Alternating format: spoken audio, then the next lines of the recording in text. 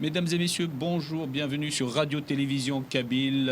Aujourd'hui, dans notre émission Pensée libre, nous avons l'honneur de recevoir Monsieur Joël Bourez, qui est un libre penseur. Monsieur Bourez, bonjour. Bonjour, merci de me recevoir. Je vous en prie. Et nous avons aussi Louisa. Azul Flaouen. Azul, Louisa, comment tu vas? Très bien, merci. Bon, d'accord. Merci pour l'invitation. Alors, on va rentrer directement dans le vif du sujet. Donc, Monsieur Bourez, est-ce que vous pourriez d'abord vous présenter pour que nos téléspectateurs puissent savoir à qui vous êtes exactement? Oui. Je suis Joël Bourez, donc je suis français, je suis à la retraite. Et depuis que je suis en retraite, je me suis intéressé au sujet de la libre pensée. Et j'ai décidé de contribuer au développement de la libre pensée dans le monde francophone. Donc, de formation, je suis ingénieur, je suis scientifique. Ensuite, j'ai fait des études de gestion d'entreprise. J'étais un ancien patron de société. Et depuis que je suis en retraite, je me suis mis à l'informatique pour créer un site internet de façon à lutter contre l'endoctrinement des jeunes par la religion. D'accord. Je me suis aperçu qu'il n'y avait pratiquement rien qui était mis à disposition des jeunes pour comprendre les questions de société. Et donc, je suis parti de zéro, en fait. Comme si quelqu'un découvrait l'athéisme, la libre pensée, et j'ai construit progressivement un site. Ça fait 4 ans que j'ai commencé le site, et maintenant ce site a plus de 2000 pages, et donc ça devient un portail de ressources pour les personnes qui sont intéressées par le sujet de la croyance ou de la non-croyance.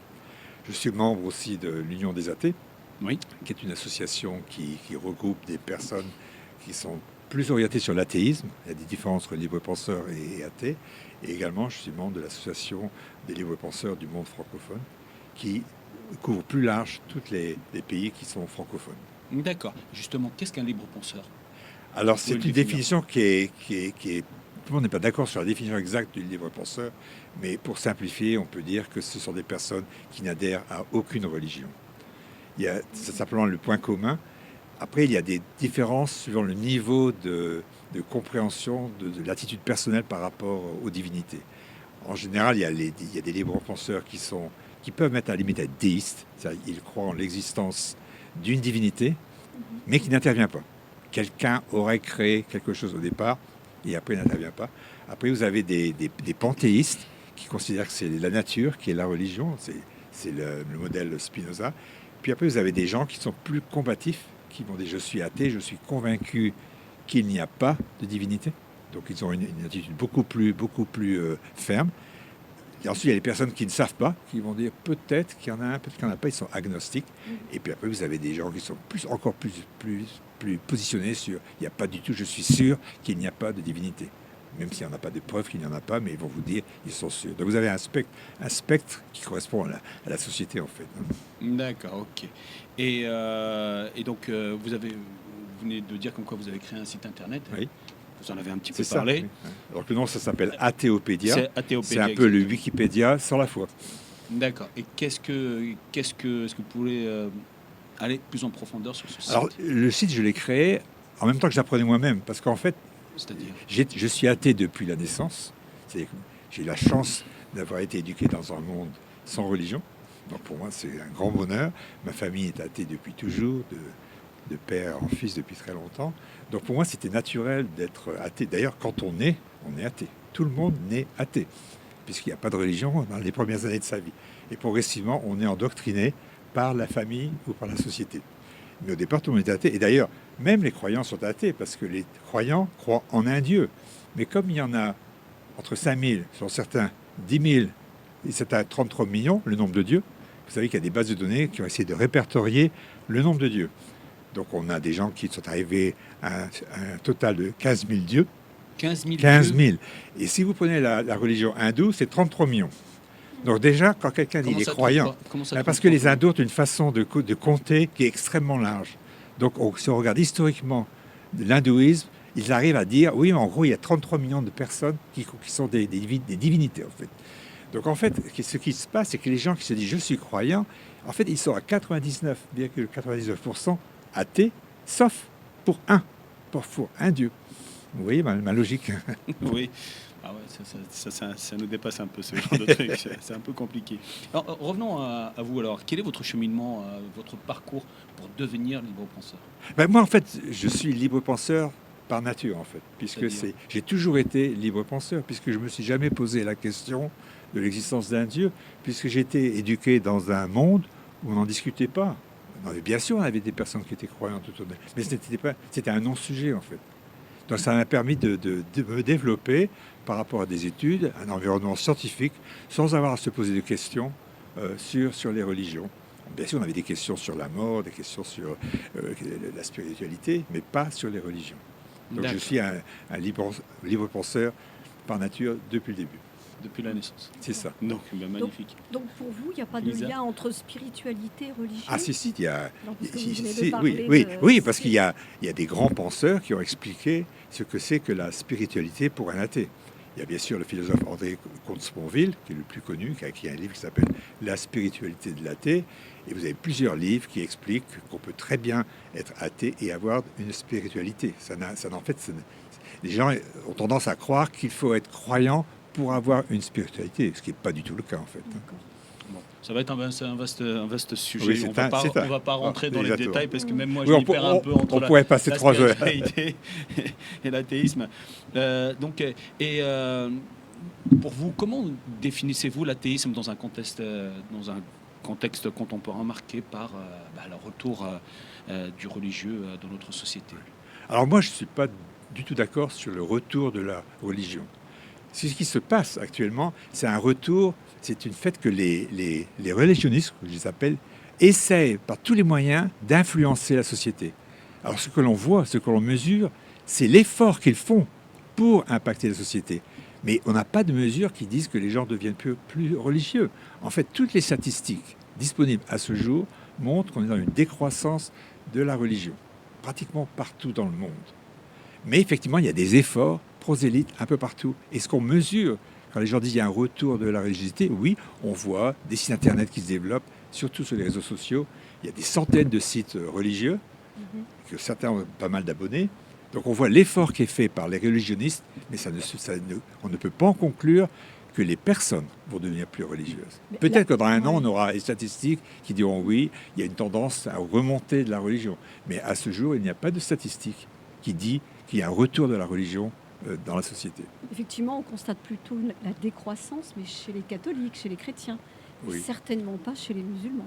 Enfin, alors, le monde musulman est très compliqué, parce qu'on sait très bien que les musulmans n'osent pas affirmer leur non-croyance dans le public. Oui. Donc, moi, je les appelle les musulmans de façade.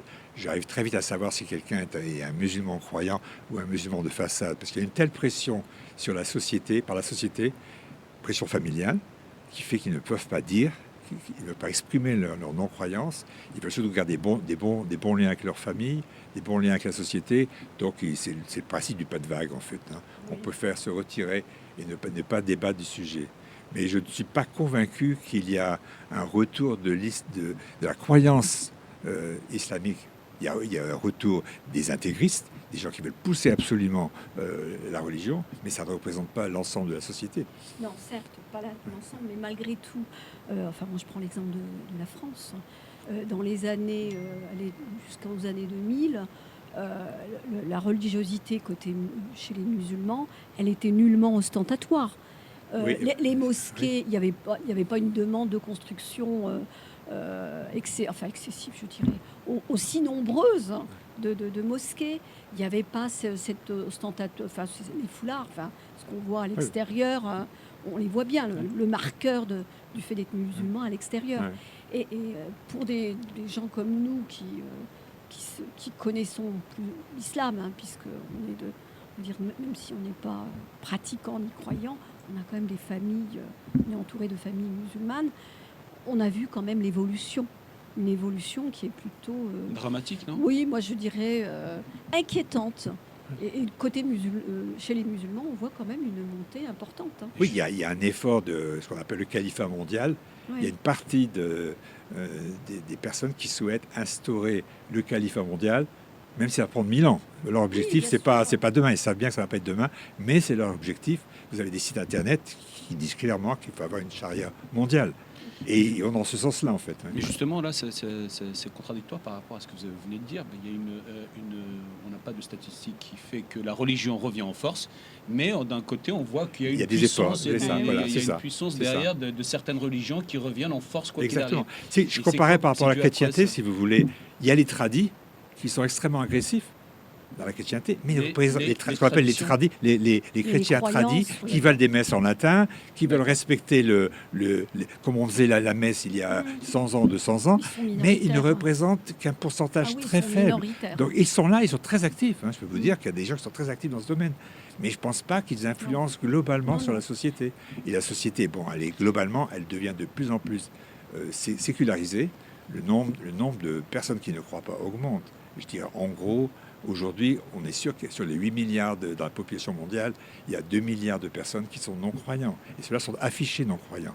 Et je suis convaincu qu'il y en a 1 ou 2 milliards de plus de gens qui ne veulent pas le dire qu'ils le sont. Donc on va vers des situations où il y aura quand même une très grande majorité de personnes qui sont non-croyants. Et pour la France, on en est à peu près à 2 tiers de personnes qui ne sont pas croyantes. D'accord. Donc c'est quand même quasiment la majorité, même si on ne la voit pas, même si c'est une majorité invisible, mais elle est là. Mais ces gens ne sont pas très vocaux, en fait. Ils ne disent rien, ils sont plutôt occupés par d'autres sujets, en fait. D'accord. Et justement, donc, on parle comme il y a quand même une petite remontée quand même. Et voilà, c'est ça. Justement, par rapport à comment l'athéisme peut contrecarrer cette remontée du religieux, de la religion, du religieux de nos jours. Comment est-ce qu'on peut faire pour justement stopper ou ralentir cette... c'est exactement ce pourquoi je m'attelle maintenant de faire tant d'efforts maintenant, alors que je suis à la retraite, je pourrais passer des bonnes vacances un peu partout. Je préfère passer tout mon temps à essayer de développer les moyens qui permettent justement de contrecarrer la partie, je dirais, intégriste en fait de la société qui souhaite imposer des normes religieuses. Donc ça commence par le site internet, non? Site internet, bien sûr. Il y a beaucoup d'informations parce qu'en fait, je suis convaincu que c'est par l'éducation qu'on arrive à améliorer les choses. C'est vraiment éduquer. Si vous regardez, si vous posez des questions, moi je suis sidéré que pratiquement la plupart des croyants n'ont jamais lu les textes prétendus sacrés. Jamais. Ils sont souvent complexes. Donc en plus, ils sont complexes et difficiles à comprendre. En plus, ils sont contradictoires. Il y a des choses qui sont écrites. C'est un contexte du Moyen-Âge, plus ou moins. Oui. Et donc, il y a des milliers d'interprétations. D'ailleurs, si on parle de l'islam, on parle d'un supposé livre qui est supposé être simple à comprendre. Mais à côté de ça, il y a 10 000 livres pour expliquer ce que ça veut dire. Donc, si c'est simple, un seul livre suffirait. Et ce n'est pas du tout le cas. Ça montre justement que la complexité, elle est là, en fait. Mais les athées, on n'en entend pas tellement parler sur les médias.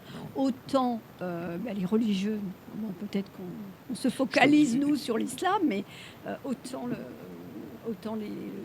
l'islam, ils ont des sites, ils arrivent à endoctriner. Je pense qu'il faudrait peut-être inverser. Oui. Effectivement, alors, multiplier les exactement. Sites. Donc c'est vrai qu'il n'y a pas assez de sites du style Athéopédia, qui est plutôt un portail de ressources qui permettent de comprendre le sujet. Et il y a des centaines de sujets, mais il y a quand même des efforts sur Internet. Vous voyez apparaître les apostats. Alors les apostats de l'islam, c'est quand même un mouvement en forte progression. En septembre, il y a eu la marche des apostats, le 6 octobre de cette année. C'est la première fois qu'il y a une marche des apostats en public, sans avoir le visage caché. C'est quand même une première. Il y a à peu près maintenant une dizaine, je dirais, de sites internet dédiés à l'apostasie. Il y a aussi un mouvement qui essaye d'aider les personnes qui veulent apostasier, parce que apostasier de l'islam, c'est difficile. C'est dangereux. La chrétienté, c'est assez facile. De l'islam, c'est extrêmement difficile. Tout dépend de la famille. Ça dépend de la famille. Et c'est un processus psychologique compliqué pour la personne qui souhaite apostasier parce que c'est difficile. Vous êtes rejeté par la famille, rejeté par les parents, et ainsi de suite. Ah, bien sûr. Oui. Il y a des rejets carrément de la famille parce qu'on ne croit pas de la même manière, on ne suit pas la même ligne directive. Il y a des rejets. Il y a beaucoup de cas de gens qui disent que leur mère ont coupé les ponts. La mère. Carrément. C'est très dur de se retrouver sans lien. Donc il y a des groupes qui ont des psychologues qui essayent d'aider les gens qui ont décidé d'apostasier. Et justement, ça c'est le sujet de ma prochaine question. Comment les athées et les apostats peuvent-ils se protéger contre cette menace religieuse? C'est l'instruction, c'est démontrer que les C'est la textes... menace des religions en général. En général, c'est démontrer que les textes n'ont aucun sens, démontrer les contradictions des textes, démontrer des demandes dans les textes qui sont totalement, je dirais presque débiles. Et c'est évident. Et à force de montrer justement à quel point les textes prétendus sacrés n'ont aucun sens, et lorsque les jeunes commencent à lire, on leur demande mais qu'est-ce que ça veut dire? Là, ils commencent à réaliser dans quelle absurdité ils sont. Alors, c'est un processus qui est très long, et il y a des tas de sujets que l'on a. On peut parler de l'esclavage, on peut parler du divorce, on peut parler de l'homosexualité, on peut parler de centaines de sujets où les gens ne se rendent pas compte, la misogynie par exemple, que ça provient essentiellement des textes dits religieux. Et écrits par des humains. Et écrits par des humains, et surtout des hommes. Et des hommes, pas des femmes. Tout à fait. Écrits par des hommes. Donc ce sont des textes faits par des hommes pour l'intérêt des hommes. Ah, uniquement, oui, ça c'est clair. Pour endoctriner la population, c'est le pouvoir en fait. C'est ça, exactement. C'est exactement ça. Le pouvoir. Et juste une question qui m'a toujours interpellé. Comment expliquez-vous l'adhésion des femmes justement à la religion? Parce que par définition, c'est ce qu'on vient de dire, que les femmes, je veux dire les hommes, ce sont des textes écrits par des hommes. Et pourtant, il y a beaucoup de femmes les femmes adhèrent directement, alors que justement, c'est des textes qui sont contre généralement les femmes. Oui, c'est difficile à comprendre. C'est vrai que je dirais que la religion chrétienne, elle a quand même évolué. Je ne dis pas que... elle a fait quand même je ne sais plus quel est le terme exact, mais elle a évolué. Je dirais, elle reconnaît la modernité, la démocratie, elle reconnaît l'égalité homme-femme, même s'il y a encore des endroits où peut-être ça ne se passe pas bien. Mais côté religion musulmane, enfin, moi, c'est ma perception, hein, je me trompe peut-être, hein, mais la religion musulmane, c'est une religion qui vous dicte quotidiennement ce que vous devez faire. Donc, quelqu'un qui n'a... Parce que être libre, prendre des décisions, c'est difficile, c'est pas donné à tout le monde. Donc, quand vous avez quelque chose qui est là, tout près, et qui vous dit, bah, ça vous faites, ça vous...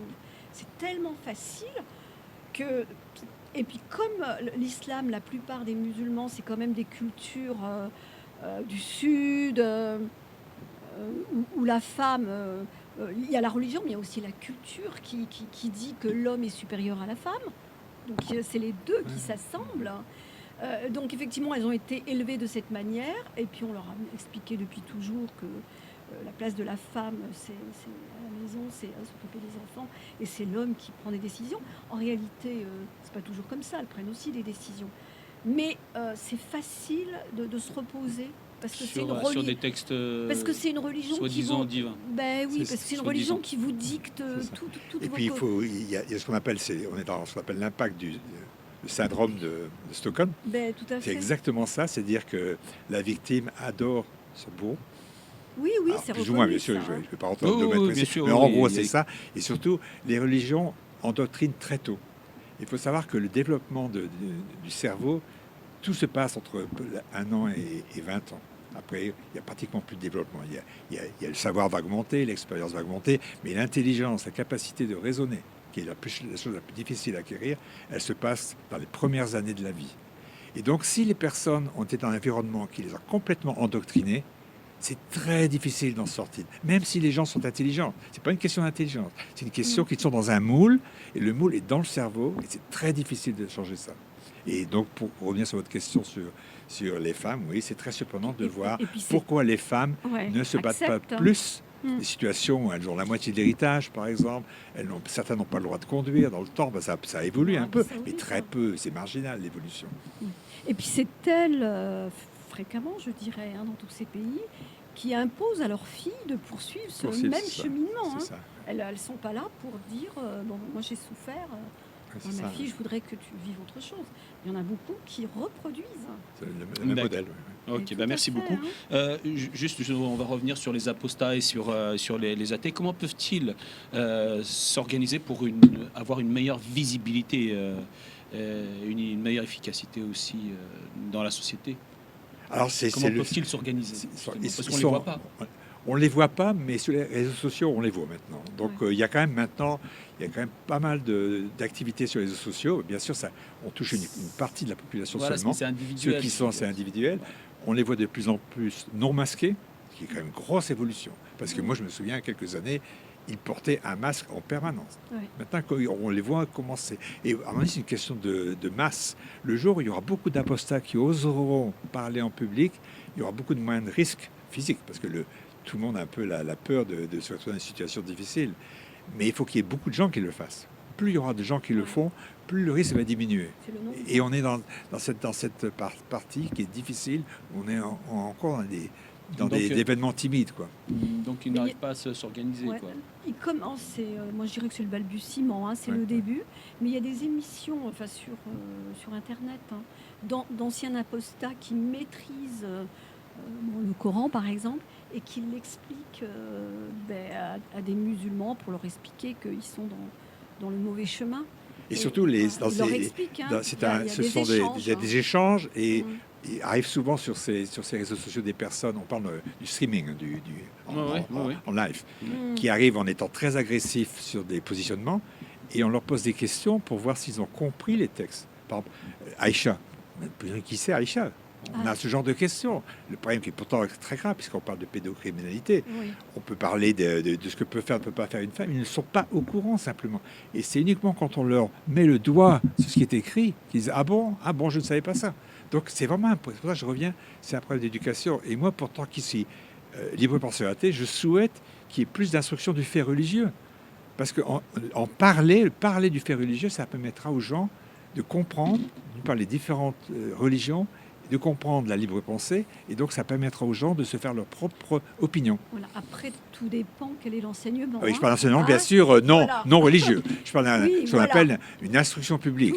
Il faut bien être d'accord que ce n'est pas... Et c'est le côté historique. Ce n'est pas un endoctrinement dont je parle. Oui, parce que pour Aïcha, il y en a qui vous disent, évidemment, il s'est marié avec elle alors que c'était une petite fille. Donc c'est une gamine, oui. Mais c'était pour la protéger. Certains vont vous expliquer que c'était une manière de... Voilà. Et le pire, c'est que les personnes arrivent à justifier des choses injusticiables, comme l'esclavage. Il y a même, vous voyez, des leaders religieux qui, aujourd'hui, arrivent à dire que l'esclavage est justifié. Maintenant, actuellement, il y a des vidéos qui circulent. Donc ça, c'est très grave. Encore dire que ça s'est passé dans le passé, on peut comprendre que les États ne font rien ne font rien par rapport à ce genre de discours. Il n'y a pas d'intervention étatique pour dire voilà. Je ne peux pas vous répondre, mais vous avez des vidéos connues où on voit les gens dire carrément oui, retour à l'esclavage. D'ailleurs, Daesh a dans son programme le retour à l'esclavage. Daesh, c'est autre chose parce que c'est un mouvement sanguinaire, incontrôlable. Et ils pouvaient dire ce qu'ils voulaient. Mais ce que je veux dire, c'est là, on est dans les réseaux sociaux. On a quand même, il y a des États, il y a des gens qui vivent dans des États, des pays. Et normalement, ces pays-là devraient intervenir en disant viens voir toi. Oui, je suis d'accord. Le problème, parce que ce que tu dis là est extrêmement grave. Justifier l'esclavagisme ou actuellement, c'est très grave. Prendre possession d'une personne, c'est un crime. Ouais, donc là, pour l'instant, ils ne sont pas punis. Mais d'un autre côté, certains vont vous dire que si vous commencez à légiférer, petit à petit, on va interdire beaucoup de choses. Donc, faire attention. Et là, c'est extrêmement grave quand même. Voilà. D'accord. Qu'est-ce que l'athéisme et qu'est-ce que la laïcité? C'est une question très importante parce qu'il y a souvent la confusion sur le mot laïcité. Par exemple, quand quelqu'un dit « je suis laïque », certains comprennent, ça veut dire « je suis athée ». C'est une grave confusion, en fait. Ça n'a absolument rien à voir. Donc, quand on dit « je suis laïque », c'est un adjectif, ça s'écrit à la fin Q-U-E. C'est un adjectif qui veut dire c'est une position d'une personne qui n'est pas dans une institution religieuse. En fait, le mot laïque en adjectif, c'est l'opposé par rapport à non religieux.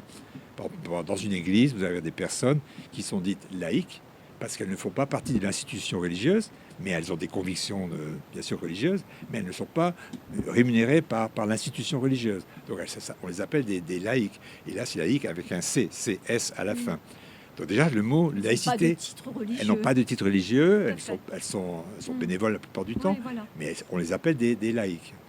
Et donc, mais pour beaucoup de personnes, laïque veut dire athée. Alors, ce n'est pas du tout le cas. Parce que le mot, malheureusement, je ne sais pas pourquoi, mais ça fait des années qu'on en parle, mais ce mot un sens bizarre. La laïcité, c'est simplement le fait qu'il y a une séparation entre les églises, toutes les religions et l'État. C'est vraiment une séparation entre les deux. C'est-à-dire qu'il y a l'État et il n'y a pas d'interférence. Est-ce qu'une personne peut être laïque? Elle est laïque, oui. C'est On peut décider, oui, c'est ce qu'il vient d'expliquer. Mais justement, c'est la problématique est là. Si elle est laïque, donc elle respecte, tel que je l'ai compris, elle respecte énormément, elle respecte l'ensemble des religions, c'est ce qu'on appelle. C'est ça, oui. Elle Voilà. peut être religieuse, non religieuse, mais elle respecte la situation où il y a des convictions différentes. Certains sont croyants, certains sont non-croyants. Et simplement, c'est le vivre ensemble, en fait. Et il n'y a pas de... Sa religion, elle ne doit surtout pas être ostentatoire. Elle croit en ce qu'elle veut, mais quelque part, pas en l'étalant pour gêner les autres. C'est-à-dire qu'elle a le droit, pour être précis, elle a le droit de montrer sa religion dans le domaine public, mais pas dans toutes les institutions de l'État. Ouais. C'est là la grande différence, c'est là où les personnes ont du mal à comprendre. Ouais. Si vous êtes un fonctionnaire, vous ne pouvez pas montrer votre religion. Mais dès que vous sortez du domaine public et que vous êtes dans la rue, vous avez le droit. En France, vous avez des gens qui disent qu'on interdit le voile. Non, le voile n'est pas interdit en France. Vous avez des personnes qui portent le voile extérieur. Mais lorsqu'elles sont dans une fonction d'État public, elles ne peuvent pas. Elles doivent respecter la religion n'est pas montrée. Elle n'est pas ostentatoire. C'est pour ça qu'il y a le souci des accompagnatrices. Et ça, c'est le grand débat. Et ça, c'est pas normal. Vous avez des mamans lors de sorties scolaires parce qu'ils ont besoin d'accompagnateurs, il n'y en a pas assez, donc ils font appel à des parents. Elles sont voilées. Là, ça reste un débat. Il y a un souci parce que elles accompagnent des enfants, donc c'est l'éducation, c'est l'école publique. Donc ça devrait être interdit. Enfin, moi, exactement. Je vois ça comme ça. Ça devrait être interdit. Donc on en est actuellement aux 120 ans. C'est pour ça que ça vaut beaucoup actuellement. Demain c'est les 120 ans que la loi a été évitée. Et ça a permis d'avoir une certaine paix sociale dans laquelle il y a une séparation et culte et État. Et la France va un peu plus loin que dans beaucoup de pays. Il y a des règles de laïcité, mais la France va beaucoup plus loin parce qu'elle ne permet pas l'affichage ostentatoire de la religion. Alors que dans beaucoup d'autres pays, c'est possible. C'est-à-dire que vous prenez par exemple l'Angleterre, c'est un pays donc, qui a une religion d'État, c'est anglican. Les gens, un ministre peut aller et s'afficher dans une église. Alors que chez nous, normalement, dans une fonction public, on ne peut pas s'afficher dans un lieu de culte. Parce que l'État français n'a pas de religion. C'est ça, exactement. Ne reconnaît aucune religion et ne subventionne aucune religion. À part en Alsace et en Lorraine. Exception du Concordat. Le Concordat. D'accord, ok, je ne connaissais pas ce truc-là. En Alsace, du fait que l'Alsace et la Lorraine ont été occupées pendant un certain nombre d'années par l'Allemagne, et ils ont voulu garder leur statut de cette époque-là. Donc en Alsace et en Lorraine, les curés, les imams sont payés par l'État. D'ailleurs, il y a peu de temps, il y a eu une polémique parce que la mairie avait affiché, dans sa publicité, elle avait affiché des tas de visages de femmes, dont une qui était voilée. Et c'est vrai qu'il y avait une polémique. Et des Alsaciens ont dit, ben non, ici, nous, on a le droit parce qu'on a le concordat, donc toute religion peut être ostentatoire en Alsace et en Lorraine. C'est une exception qui est due au fait que quand la France a récupéré les territoires d'Alsace-Lorraine, pour arriver à un compromis, il a fallu qu'il lâche sur cette partie-là. Donc c'est resté une exception, elle a toujours été là, et de temps en temps, il y a le débat s'il faut supprimer ou pas cette exception, mais en fait, c'est pas tellement un sujet fondamental, mais c'est toujours remis à chaque fois sur la question qu'est-ce qu'on fait. Et peut-être qu'un jour il y aura un gouvernement qui se saisira éventuellement de. Ça pose un peu quelques problèmes d'ailleurs. Voilà, mais bon. Tout à fait. Et depuis 1905, les églises appartiennent à l'État. Elles sont censées être entretenues normalement. C'est ça. Voilà, elles n'appartiennent pas. C'est ça. La loi de 1905, au moment où il a fallu sortir du Concordat pour entrer dans un système républicain laïque, il y a tout le problème de qui va gérer les églises, ça coûte énormément d'argent. Donc il y a une décision qui a été faite que les bâtiments avant la loi sont repris par l'État, sont entretenus par l'État. C'est pour ça que l'État français entretient tout Notre-Dame. Bon, là, c'était fait par des dons, mais les autres églises où personne ne veut mettre de l'argent, c'est l'État qui maintient les bâtiments. Mais le chef d'orchestre, c'était l'État. Et par contre, si une église est construite après 1905, c'est à la charge de l'institution qui souhaite la... Il serait intéressant quand même justement sur les financements des sites ou des bâtiments religieux, du culte religieux, d'avoir votre sentiment. Est-ce que l'État ne devrait pas justement financer les institutions religieuses et interdire le financement extérieur? Parce que la problématique, elle est là. Parce que là, on est un peu dans la loi de la jungle et c'est pour ça que l'on voit malheureusement un nombre incalculable de mosquées financées par l'étranger. Oui. Est-ce que, malheureusement, c'est pas le cas pour les églises. Donc tu veux généraliser le concordat sur tout le territoire? Non, mais c'est une question. C'est une question. J'ai pas la réponse. C'est un débat public-privé. Moi, je trouve que la loi de 1905, elle est quasi parfaite. J'y toucherai pas, parce que si vous touchez à cette loi, c'est la guerre civile. Mais là, on arrive quand même à une incohérence. Oui. Ou à un aspect dangereux de la manipulation religieuse. Oui. Même, tu cibles l'islam qui reçoit des fonds de pays étrangers. Oui, les mosquées. Est-ce qu'il y a aussi des églises qui reçoivent aussi des fonds financiers à part Notre-Dame qu'on a connu? Là, c'est autre chose. Mais je connais pas d'églises qui sont financées. Non, parce que les églises, beaucoup sont en décrépitude. Oui. C'est-à-dire qu'il est connu qu'il y a beaucoup de milliardaires, dont je ne donnerai pas les noms, qui financent l'Église catholique. Alors, est-ce qu'on veut rentrer dans un domaine qui ne pourrait plus le faire? Ça me paraît difficile, parce que là, on ouvre un peu comme le débat qu'il y a eu entre l'instruction publique et l'instruction civile. On met 2 millions de personnes dans la rue pour débattre du débat. La boîte de Pandore. D'accord. Revenons à la laïcité. Est-ce que la laïcité peut être un rempart aux dérives religieuses? Ah oui, moi je pense que c'est heureusement qu'on a cette loi. Moi je trouve que c'est une loi qui est remarquable. Malheureusement, je pense qu'elle a presque plus profité aux religions qu'aux non-religieux, parce qu'elle est utilisée par les religions pour pouvoir promouvoir la religion, puisqu'ils sont indépendants de l'État. Donc, si vous dites un peu sur les investissements, ils font un peu ce qu'ils veulent, ils peuvent faire ce qu'ils veulent, avec éventuellement des financements étrangers, parce qu'ils vont dire tout. Et aux États-Unis, c'est encore bien pire. Pour eux, aux États-Unis, les lois sur la séparation Église-État, qui datent de la création de la Constitution américaine. Donc, les fondateurs des États-Unis ont vraiment que le premier article, c'est séparation totale. Église-État, c'est un des fondamentaux de la Constitution américaine, et c'est ce qui a permis, d'ailleurs, à mon avis, au pays de beaucoup se développer. Mais là, c'est différemment. Le but, c'est que l'État ne vienne pas interférer dans les religions. Il considère comme un rempart pour que les religions soient protégées de l'État. C'est une approche opposée, en fait. C'est les deux versions, en réalité. Les religieux vous disent que la laïcité est là pour leur permettre de faire un peu ce qu'ils veulent, et puis, alors que normalement, c'est pas ça. C'est qu'ils peuvent croire en ce qu'ils veulent, mais sans dépasser certaines limites. Voilà. Donc, chacun voit midi à sa porte, on va dire. D'accord, donc il y a des religieux qui se servent de cette laïcité pour justement imposer et venir exister sur la scène publique. Tout à fait. Donc ils détournent en fait cette laïcité. Par exemple, c'est ça exactement. Par exemple, le débat sur l'islam de France, par exemple. C'est un débat impossible pour un gouvernement, parce que par la loi laïque, l'État n'interfère pas dans les religions. Donc il est impossible pour un gouvernement français de dire on est d'accord pour un islam, mais pas l'islam actuel, un islam des Lumières, un islam de France. Mais c'est impossible pour l'État, parce qu'on ne peut pas intervenir dans le domaine religion. D'accord. Et comment un gouvernement peut-il justement concilier neutralité religieuse et liberté de conscience pour tous ces citoyens? Alors il faut vraiment que la barrière soit totale. Je pense que dès qu'on commence à mettre un pied pour ne pas respecter la laïcité, par exemple, si on a un chef d'État qui va dans une institution religieuse à titre personnel, il doit vraiment le faire à titre personnel.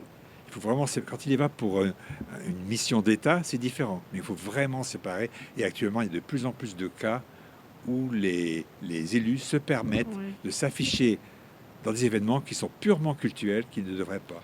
Et ça crée un grand flou. Par exemple, la soirée du CRIF, par exemple. C'est ça. Ou la soirée du fête du Ramadan. C'est ça. Vous avez beaucoup de maires qui sont invités et puis qui ne devraient pas y aller. Oui, il faut... C'est un mélange des genres. Et ça, c'est un abus sur les lois, en fait. Alors, ça a été permis ici. Le problème, c'est qu'il n'y a pas de limite à ça. Où va-t-on s'arrêter? Un affichage, chez nous, on a vraiment décidé qu'il y avait un affichage impossible dans le domaine privé concernant les religions. Et malheureusement, ce n'est plus respecté. Le financement, je pense qu'il faudrait que... permettre justement de protéger la société, il y a le financement des lieux de culte, vérifier que l'argent, la traçabilité de l'argent, que l'argent ne vienne pas de pays étrangers et qui en réalité sont là pour déstabiliser le pays. Je parle pour la France, mais pas que pour la France, parce que prenez l'exemple de la Belgique. Peut-être que si elle était aussi laïque que la France, elle en serait peut-être pas arrivée. Je crois qu'il y a des... Elle est loin, là, la Belgique. Le problème de la Belgique, c'est les garde-fous qui ont sauté. Enfin, qui n'ont pas existé en tant que tels, carrément. Il y a eu des garde-fous qui n'existent pas. Ce que l'on a en France, des garde-fous en France qui font que on ne peut pas, par exemple, venir et être maire sous un statut religieux ou il y a qui a été permis. Mais vous savez, quand il y a la masse, plus la masse est immense, plus les garde-fous tombent. Hein. Donc même en France, si on laisse faire, si la masse grossit de plus en plus, tout s'écroulera aussi. Hein, on ne sait pas. Non, mais c'est le risque. C'est le risque. Et à votre avis, que révèle le fait que certains pays adoptent une religion officielle dans leur constitution? Ça, c'est plutôt un phénomène historique. Je ne pense pas que c'est-à-dire que, puisque pratiquement tous les pays étaient religieux dans le passé, c'est souvent des constitutions qui sont créées il y a des centaines d'années. Donc il y a des cas même des cas comme la Finlande, comme la Suède, pour le Danemark, ont dans leur constitution une religion d'État, mais c'est simplement parce que c'est historique. Mais en fait, de facto, ils n'interfèrent pas dans le religieux. D'ailleurs, la Finlande, c'est le pays le plus athée au monde. Je crois que c'est 80% d'athées. Et pourtant, dans la Constitution, il y a encore des... Alors, ça a un peu changé dernièrement, mais il y a toujours des religions qui sont reconnues d'État. Mais c'est qu'une reconnaissance qui a ses limites. Il y a pas, c'est pas une intervention. Mais là, vous faites référence aux pays démocratiques. Voilà, c'est la grande différence entre les pays religieux. Dans les pays totalitaires, et malheureusement, on oublie qu'ils sont majoritaires. Hein, L'Algérie, par exemple. L'Algérie, il n'y a pas que l'Algérie, mais l'Algérie, au contraire, c'est une manière d'interdire l'existence des autres religions. C'est ça, exactement. La pensée libre, ou bien exister en tant que libre penseur. C'est ça. Oui. D'ailleurs, s'il y a aujourd'hui, il y a 2/3 des Français qui sont non-croyants, ça montre bien que l'État n'a pas interféré dans le fait que les religions décroissent. C'est un phénomène dû à la population. Et de même qu'en Grande-Bretagne, c'est pareil, il y a une religion d'État, il y a tout le protocole d'État, il y a un roi, il y a un reine, mais ils n'interviennent pas dans le domaine démocratique. Donc c'est historique, c'est comme ça, ça correspond à une tradition, à une civilisation. Pour moi, il n'y a aucun problème de ce côté-là. Par contre, bien sûr, les pays autoritaires, les théocraties, l'Iran, l'Afghanistan et tout ça, là, c'est autre chose. Est-ce que un État peut avoir une religion? Ça dépend de la Constitution, oui. Non, mais ce que je veux dire par là, est-ce que normalement c'est l'individu qui a une religion? C'est l'être humain. Oui, mais l'État reconnaît. Oui, je vois ce que vous voulez dire. Oui, ne peut pas avoir de religion. Oui, mais dans sa Constitution, il reconnaît une religion. Donc, quand dans la Constitution il est écrit que la religion X est la religion d'État et qu'il définit les privilèges de cette religion, ben voilà, c'est dans la Constitution. Mais en théorie, un État n'est pas un humain, ce sont des structures. Oui, mais c'est un système juridique, en fait. Un État, c'est un système juridique, vous avez raison, mais une fois qu'il a été établi... Mais ce système juridique-là normalement n'a pas de conscience. Je suis d'accord avec vous, exactement. Et donc, comment on explique justement le fait que... Parce que la religion, de tout temps, a été le meilleur moyen de mater la population. D'accord. C'est la règle de base. Vous entendre dire, justement. C'est exactement ça. Vous regardez, l'histoire n'est faite que de ça. Toutes les religions ne sont là que pour empêcher que le peuple se révolte devant l'injustice dans laquelle ils sont. Et vous leur donnez l'espoir qu'après la mort, ça va aller mieux. C'est le principe de toutes les religions. Ne vous inquiétez pas, vous êtes pauvre, c'est injuste, mais après la mort, vous allez voir, vous êtes récompensé.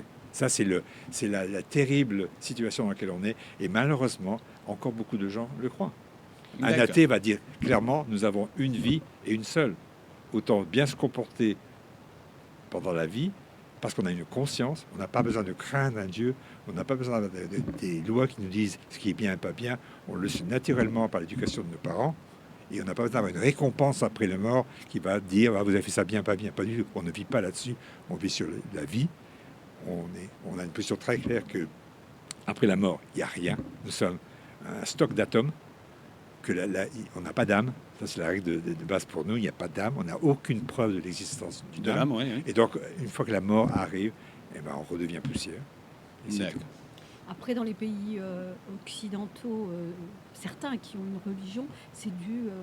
c'est la religion qui a généré la civilisation. Au départ, donc, voilà. Oui, ça c'est vrai. Au Moyen-Âge, qui est inscrite dans leur constitution. Voilà. Faut reconnaître que les religions, pendant les premiers siècles de l'humanité, ont apporté une éducation, une certaine morale. Et quand vous lisez les textes sacrés, pour moi, il n'y a pas de morale. Faut rigoler. Quand on voit que l'esclavage est autorisé, encouragé, régulé, c'est pas une morale très élevée. Quand on voit l'homophobie, qui est dans les textes, quand on voit les textes sur la misogynie. Pourquoi le monde est-il misogyne? C'est parce que pendant 2000 ans, on expliquait aux gens que c'était normal d'être misogyne. Et c'est simplement... Et voilà, c'est écrit et tout ça. Et il y a une centaine de versets entre les versets islamiques et les versets chrétiens qui justifient la misogynie. Et pour en sortir, il faudra des siècles. Parce que c'est dans... Je me demande si un jour on sortira. C'est ce qu'on disait justement, c'est que ces textes-là ont été écrits par des hommes au profit des hommes. Exactement. Et donc, d'où l'explication de la misogynie, justement, le fait que... mais effectivement, dans des pays démocratiques, même s'il y a une religion inscrite, du fait que c'est des pays démocratiques, ils tolèrent, ils protègent les autres religions. On revient toujours aux pays non démocratiques, bien évidemment. Ceux-là, ils vous inscrivent une religion dans leur constitution, et c'est une manière d'éliminer les autres. Ils ne protègent rien. Si la mort n'existait pas, est-ce qu'il pourrait avoir une religion? Est-ce que la religion existerait? Peut-être pas. Moi, effectivement, l'angoisse principale d'un être humain, c'est que se passe-t-il après la mort? Et va-t-il y avoir souffrance ou pas? En fait, c'est l'angoisse que l'on a tous, qu'on ne sait pas. Personne ne sait et on ne saura jamais. Donc, toute la construction des religions, c'est le fort de commerce des religions, c'est la mort et la souffrance. C'est toujours ça qu'on retrouve, en fait. Ouais. Et comment gérer ça? Et donc, si on est croyant, les gens estiment que si je suis croyant, si je vais à un culte religieux, après la mort, j'aurai une meilleure place privilégiée. Pour moi, qui suis un athée militant, pour moi, la prière est un acte abject, par exemple. Alors, vous verrez sur mon site internet, j'explique pourquoi prier est abject, parce que vous faites une demande à quelqu'un d'invisible qu'il vous donne des faveurs. Et c'est simplement inadmissible. Le pardon est inadmissible. Si vous avez fait un crime, il est là, point final. Il n'y a jamais de pardon. C'est un fait, le crime a eu lieu, il n'y a pas de pardon. Donc, toute cette construction de si vous vous comportez bien, si vous adorez quelqu'un, vous allez être pardonné, pour moi, c'est absolument inadmissible. Pour moi, c'est un manque de morale. D'accord. Okay. Écoutez. Non, mais c'est sûr que l'humain se pose des questions. Hein. Ah oui, c'est pourquoi je suis venu au monde? Pourquoi ci? Pourquoi ça? Effectivement, la spiritualité, c'est pour ça que je disais tout à l'heure, fréquemment on l'associe à la religion. Parfois apporte un réconfort. Un confort. Oui, mais c'est comme un bébé dans un berceau. La religion, c'est le berceau. Oui. Vous voyez? Mais bon, alors le bébé s'endort. On voit bien que l'humanité, la vie, elle est compliquée quand même. On voit la société, c'est très difficile d'accepter qu'à la fin, il n'y aura rien. On a besoin un peu de réconfort. Donc en résumé, la religion, c'est la mort. C'est l'espoir qu'après la mort, il y a un futur. D'accord. En gros. Je vais dire ça comme ça. Ouais. Peut-être que j'ai c'est les monothéistes, ça, qui prévoient ça. Mais je ne sais pas, les autres religions, parce que vous parliez tout à l'heure, chez les Indiens, il y avait je ne sais combien de millions de dieux qui étaient adorés. 33 millions, je crois. Il y a déjà les totems. Si vous prenez des peuples primitifs, j'aime pas le mot primitif, mais je veux dire des qui ont peut-être été moins développés, ils adorent un totem. Hein. Pour eux, c'est ça, la religion. Hein. D'accord. Ok. Merci bien. Donc, nous arrivons au terme de cette émission. Et on reviendra bien sûr pour une autre émission. Parler aussi de la libre pensée, de continuer dans cette lancée religieuse. Pour l'instant, on va s'arrêter là au niveau de notre première émission. Quant à moi, je vous en prie. Quant à moi, donc, je fais un petit coucou au peuple kabyle et au peuple français, européen dans toute sa globalité aussi, puisque vous êtes là. Et puis, une grande pensée à nos otages qui sont encore dans les geôles algériennes. Voilà, merci à vous et n'oubliez pas de vous abonner à Radio Télévision Kabyle. Merci beaucoup.